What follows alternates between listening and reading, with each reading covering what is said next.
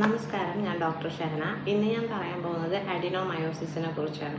Uterine lining യൂട്രസിൻ്റെ muscular വാളിൻ്റെ ഉള്ളിലേക്ക് grow ചെയ്യുന്നതിനെയാണ് adenomyosis എന്ന് പറയുന്നത്.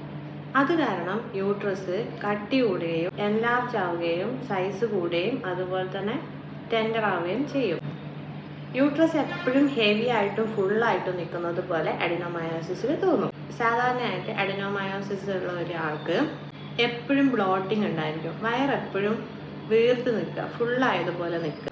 അതുപോലെ തന്നെ വയറിനൊരു പ്രഷർ തോന്നുക, വേദന തോന്നുക, ഡിസ്കംഫർട്ട് തോന്നുക, ഇതൊക്കെ ഉണ്ടാവും.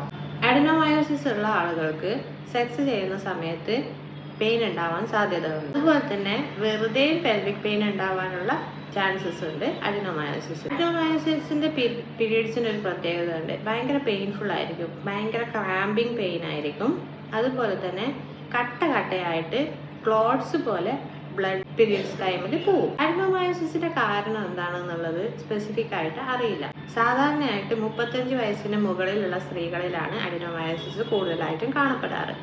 അതും ഒരു പ്രഗ്നൻസി കഴിഞ്ഞ ആളുകളിലായിരിക്കും, അല്ലെങ്കിൽ എന്തെങ്കിലും യൂട്രൈൻ സർജറി കഴിഞ്ഞ ആളുകളിലും കാണാറുണ്ട്.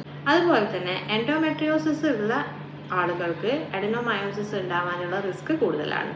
ഇതിന്റെ ട്രീറ്റ്മെന്റിൽ സാധാരണയായിട്ട് മെനോപോസ് ആയി കഴിഞ്ഞാൽ അഡിനോമയോസിസ് തനിയെ പോവാറുണ്ട്. IUDs, ഇൻട്രായൂട്രൈൻ കോൺട്രസെപ്റ്റീവ് ഡിവൈസസ് എന്തെങ്കിലും ഉള്ളിലിട്ട് വെക്കുക, കോപ്പർട്ടി പോലത്തെ സാധനങ്ങൾ, ബെർത്ത് പിൽസ് യൂസ് ചെയ്യുക, കോൺട്രസെപ്റ്റീവ്സ് ആയിട്ടുള്ള പിൽസ് യൂസ് ചെയ്യുക. അങ്ങനെ ഉണ്ടെന്നുണ്ടെങ്കിൽ പെയിൻ കില്ലേഴ്സ് കഴിക്കുക.